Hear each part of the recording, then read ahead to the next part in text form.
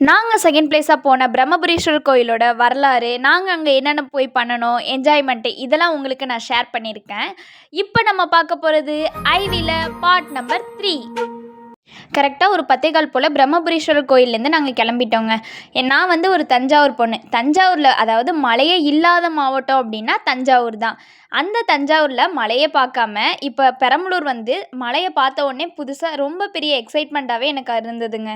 அப்புறம்ல கொஞ்சம் நேரத்தில் 1/2 மணி நேரம் ட்ராவல் பண்ணி இடையில வந்து வெங்காயம்லாம் நட்டிகிட்டு இருந்தாங்க. பெரம்பலூர்னாலே என்னது, வெங்காயத்தோட சொர்க்க பூமி.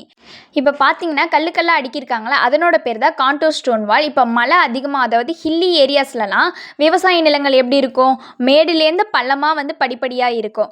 இப்போ சமமான பரப்பெலாம் இருக்காது. அதனால் வந்து அந்த ஏரியாஸ்லலாம் மழை அதிகமாக பெஞ்சுதுன்னா தண்ணியுமே வந்து என்னதுன்னா மேடுலேருந்து பள்ளத்தை நோக்கி போகும். அதை வந்து தடுக்கிறதுக்கும் மண் அரிமானத்தை தடுக்கிறதுக்கும் தான் இது மாட்ட அமைப்புகளை வந்து ஏற்படுத்தியிருக்காங்க.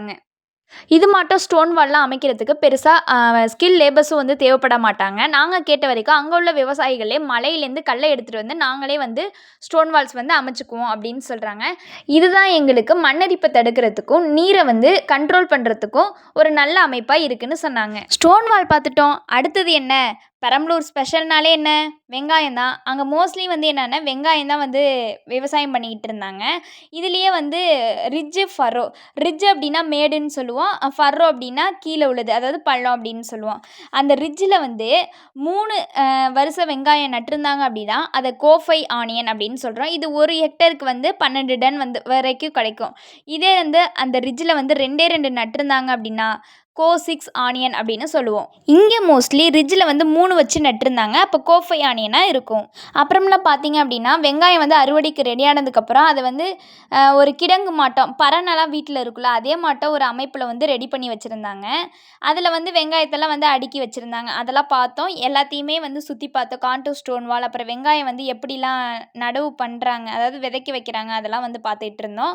அப்புறம்லாம் மழையை தாங்க நான் ரொம்ப ரசித்தது அப்படின்னா மழை தான். ஏன்னா வந்து நான் மழையே பார்த்ததில்லை எங்கள் ஊரில். அப்படி போது மழையை பார்த்த உடனே எனக்கு ரொம்ப வந்து ஒரு மகிழ்ச்சியாகவே இருந்தது. அடுத்தது நாங்கள் போன பிளேஸ் பார்த்தீங்க அப்படின்னா தண்டாயுதபாணி அப்படிங்கிற ஒரு முருகன் கோயிலுக்கு தான் போனோம்.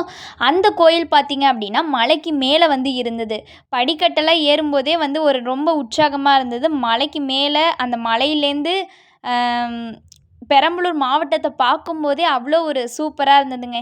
கேரளாக்கெலாம் போகவே தேவையில்ல. அந்த கால டயத்தில், அதாவது இந்த நவம்பர், டிசம்பர், கார்த்திகை மாதத்தில் கால டைமில் அந்த கோயிலுக்குலேருந்து கீழே பார்த்தீங்க அப்படின்னா பெரம்பலூரை அப்படியே பனி மூட்டத்துக்குள்ளே நுழைஞ்ச மாட்டமே எனக்கெலாம் ஃபீலிங்காக இருந்ததுங்க. எனக்கு மட்டுமா சந்தோஷம், எங்கள் பிள்ளைங்கள பார்த்தீங்களா எவ்வளோ சந்தோஷமாக இருக்காங்கன்னு. அதாவது காலேஜில் இந்த ரெக்கார்டு கிளாஸு இதுலேயே வந்து நாங்கள் இருந்துட்டு இப்போ புதுசாக வெளில போகும்போது அது ஒரு எக்ஸ்பீரியன்ஸாக சூப்பராகவே இருந்ததுங்க. ஒரு சந்தோஷம் சொல்ல முடியாத அளவுக்கு இருந்ததுங்க. இந்த அப்புறம்லாம் போய் சாமிலாம் கும்பிட்டுட்டோங்க. முக்கியமாக இந்த கோயில் வந்து எனக்கு ரொம்ப ஸ்பெஷலுங்க. என்னன்னு கேட்டிங்கன்னா, நான் வந்து ஒரு 10 ரூபா நோட்டில் என்னுடைய அக்ரிமாணவி சேனல் லோகோவை வந்து ட்ரா பண்ணி வச்சுருப்பேன். அந்த நோட்டை வந்து என்ன பண்ணிட்டேன் அப்படின்னா காணிக்கை தட்டில் வச்சுட்டேன். அப்புறம்லாம் அதை எடுத்துகிட்டு வேறு ஒரு நோட்டையும் வந்து 10 ரூபா நோட்டை வச்சுட்டேன். அப்புறம் மனசு கேட்காம அந்த ஐயர்ட்டியை கொடுத்து எனக்கு இந்த நோட்டை வந்து கொஞ்சம் பூஜை பண்ணித்தாங்க அப்படின்னு சொன்னேன். அவங்களுமே வந்து முருகன் கையில் வச்சு பூஜை பண்ணி தந்தாங்க. அது வந்து ஒரு நல்ல ஒரு சந்தோஷமாக எனக்கு இருந்ததுங்க. பூஜை பண்ணது இல்லாமல் நான் என் ஃப்ரெண்ட்ஸ் ஒரு 4 பேரை கூப்பிட்டு இது மாட்டம் அபிஷேகம் பண்ணணுமா சாமிக்கு, கொஞ்சம் போயிட்டு தண்ணி எடுத்துருவாங்க அப்படின்னு சொல்லி குடமும் கொடுத்தாங்க. நாங்கள் போய் தண்ணி எடுத்துகிட்டு வந்தோங்க. அப்புறம்ல ஒரு கிளம்பிட்டோம். கோவில்லேருந்து ஒரு 12:30 மணி போல் வந்து கிளம்பிட்டோம். அப்புறம் கிளம்பி கொஞ்சம் தூரம் போனோம். ஒரு 1/2 மணி நேரம் வந்து ட்ராவல் பண்ணோம். ட்ராவல் பண்ணிவிட்டு ஒரு ஆலமரத்து அடியில் விநாயகர் கோவில் வந்து இருந்ததுங்க. அது பார்க்கவே நல்லா இருந்தது. அங்கே போயிட்டு எங்களோட லஞ்சை வந்து முடிச்சிட்டோம். அப்புறம் சாப்பிட்டதுக்கப்புறம் கொஞ்சம் நேரம் வந்து ரெஸ்ட் எடுத்தோங்க. அந்த சுற்றிலும் ஏரியாவை பார்க்கும்போதே நல்லா இருந்தது. ஆலமரத்து நிழலான பகுதி, அந்த பழங்காலத்து ஃபீலானதாங்க ஆனது. அப்புறம் கொஞ்சம் நேரம் ரெஸ்ட் எடுத்ததுக்கப்புறம் நம்ம விநாயகருக்கும் வந்து டாட்டா சொல்லிவிட்டு கிளம்ப ஆரம்பிச்சிட்டோங்க. அடுத்து போன பிளேஸ் பார்த்தீங்க அப்படின்னா ஜனனி, எங்கே போகிறீங்க? Water falls. ஓகே.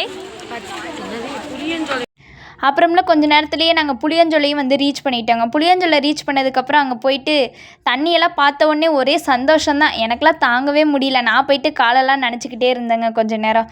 அப்புறம் நம்ம பிள்ளைங்களும் வந்து நம்ம பிள்ளைங்க வந்து நார்மலாக தண்ணி இருந்தாலே வச்சு விளையாடுவாங்க. இங்கே அருவியாக ஓடுது, சும்மாவா இருப்பாங்க. அவங்க வந்து நல்லாவே என்ஜாய் பண்ணாங்க எங்கள் பிள்ளைங்கலாம். இந்த வாட்டர் ஃபால்ஸ் அப்படியே ஸ்லோ மோஷனில் வந்து வீடியோவில் பார்க்கும்போது அவ்வளோ ஒரு சூப்பராக இருந்ததுங்க. நீங்களும் பாருங்கள். ஒரு வருஷத்துக்கு முன்னாடி வந்து நானாக ஒரே என்ஜாய்மெண்ட்டுன்னு தான் இருப்பேன். பெருசாக இந்த இயற்கையெல்லாம் வந்து ரசிக்கவே மாட்டேன். எப்போ இந்த அக்னிமானவி சேனலை வந்து ஓப்பன் பண்ண ஆரம்பிச்சோன்னா அப்போ வந்து இந்த இயற்கை எல்லாமே வந்து எனக்கு ரொம்ப பிடிக்க ஆரம்பிச்சிருச்சுங்க. ஒரு அரை மணி நேரம் ஃபால்ஸில் வந்து என்ஜாய் பண்ணிவிட்டு அப்புறம் அங்கே மலையடி வாரத்துக்கு கீழேயே வந்து என்னதுன்னா மணக்க வந்து மீன் வறுத்துக்கிட்டு இருந்தாங்க. இங்கே என்னென்னா மீன், நண்டு, இறால் எல்லாமே வந்து இருந்ததுங்க. அதெல்லாம் பார்க்கும்போதே ரொம்ப கலர்ஃபுல்லாக இருந்தது. நமக்கு வந்து இந்த மீன்லாம் பிடிக்காதுங்க. அங்கே உள்ளவங்க மீன் பிடிக்கலையா இங்கே வாங்கம்மா அப்படின்னு இதை காமிக்க ஆரம்பிச்சிட்டாங்க. அதாவது அந்த மாங்காய், தர்பூசணி, அந்த அன்னாசி பழம் அதெல்லாம் வந்து பார்த்தோன்னே எனக்கு வந்து மாங்காய்னாலே ரொம்ப பிடிக்குங்க. அதனால் வந்து நான் மாங்காய் சாப்பிட போயிட்டேன். நம்ம பிள்ளைங்க எப்படி என்ஜாய்மெண்ட் பண்ணாங்கன்னு நீங்களே கேளுங்க. வாங்க பார்க்கலாம். இயற்கையும் அழகு சூழ்ந்த நம்ம புளியஞ்சோலைக்கு வந்திருக்கோம். அனிதா, உங்கள் எக்ஸ்பீரியன்ஸ் சொல்லுங்கள், எப்படி இருந்தது புளியஞ்சோலை ஃபால்ஸு? ரொம்பவே ஹாப்பியாக, எப்படி சொல்கிறேன்னே தெரியல, வார்த்தைகளால் விவரிக்க முடியாத அளவுக்கு சூப்பராக இருக்குது. ஓகேங்க. மாலிகா, உங்களோட இது எக்ஸ்பீரியன்ஸ் சொல்லுங்கள். இருந்துச்சு. ஏன்னா டைம் அறிவு, உங்களோட எக்ஸ்பீரியன்ஸ்? ஜாலியாக இருந்துச்சு. ஓகே. அங்கே ஒருத்தங்க பூஜா சொல்லு. பூஜா சூப்பராக இருந்துச்சு. இந்த ஃப்ரெண்ட்ஸு கூட மட்டும் வராங்க, நல்லா நினச்சி விட்றாங்க. இருந்தாலும் அது ஒரு என்ஜாய்மெண்ட் ஜாலியாக இருந்துச்சு. ஓகே. நீங்கள் இந்த திருச்சி, பெரம்பலூர் சைடெலாம் இருந்தீங்க அப்படின்னா உங்களுக்கு நல்ல ஒரு நாள் ட்ரிப்பு போகணும் அப்படின்னு நினச்சிங்கன்னா இந்த புளியஞ்சோலை ஃபால்ஸுக்கு வந்து வாங்க. டைம் போகிறதே தெரியாது. அவ்வளோ வந்து நிம்மதியான ஒரு பிளேஸ் தான் இந்த புளியஞ்சோலை. அப்புறம்லாம் வந்து நாங்கள் புளியஞ்சோலை ஃபால்ஸ்லேருந்து கிளம்பிட்டு அடுத்த பிளேஸ்க்கு தான் நாங்கள் போக ஆரம்பிச்சிட்டோம். அந்த பிளேஸ் என்னென்னு தெரியணுமா? அப்போ நம்ம சேனலை மறக்காமல் சப்ஸ்கிரைப் பண்ணி வச்சுக்கோங்க. அடுத்த வீடியோவில் நாங்கள் எந்த பிளேஸ்க்கு போனோன்னு உங்களுக்கும் ஷேர் பண்ணுறோம்.